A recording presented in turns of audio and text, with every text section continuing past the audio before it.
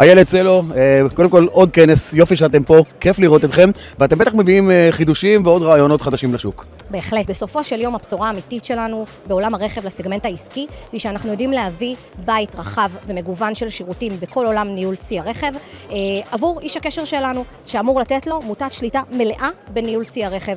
אנחנו יודעים שגם בשנת 2025 יש עדיין המון עבודה של טיפול וניירת ועבודה של ספקים. לקחנו את כל הכאבים האלה ואמרנו, אנחנו כאן כדי לספק שקט ולתת מענה לצורך הזה.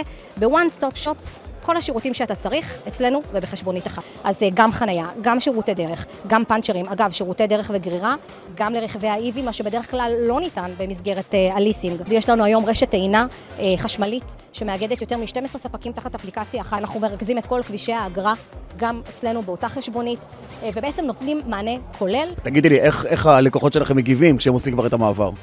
תראה, בסוף המעבר הוא פשוט ובקליק, ובמילה אחת אני יכולה להגיד לך שהוא נון-אישיו. אנחנו מגיעים אליה עם מנהל התיק ורכזת השירות, לבצע הדרכה על המערכת שהיא מאוד מאוד פשוטה ואינטואיטיבית. אנחנו יודעים לספק גם לקצין הרכב, מערך שירות תומך, יש לנו מחלקה אסטרטגית שנותנת לו מענה, יש לנו מערך שירות פרטי שנותן מענה לעובד הקצה, יש לנו סטנדרט שירותי מאוד מאוד גבוה. כמה אתם פתוחים לרעיונות שבאים מהשטח? שאלה מצוינת ואני שמחה ששאלת אותי את זה. אני קודם כל אגיד לך מה השירותים שאנחנו מציעים. נוהל 6? יפה. נוהל 6. אז נוהל 6, בדיוק לפני שנה, במאי, היינו פה בכנס, כשגיא המנכ"ל שלנו הציג בעצם את ההשקה של הפלטפורמה, ואחרי שהצגנו את כל ההשקה והיינו מבסוטים, עלה בחור בקהל ואמר, אבל מה עם נוהל 6? אנחנו מתייחסים למה שהלקוחות שלנו אומרים, ואנחנו כל הזמן לומדים ומתפתחים, וזה שהמוצר והפיתוח הוא אין-האוס אצלנו, מאפשר לנו לנוע מהר ולתת מענה לכאבים של לקוחות, והיום אנחנו מגיעים לכנס כשנוהל 6 הוא באוויר.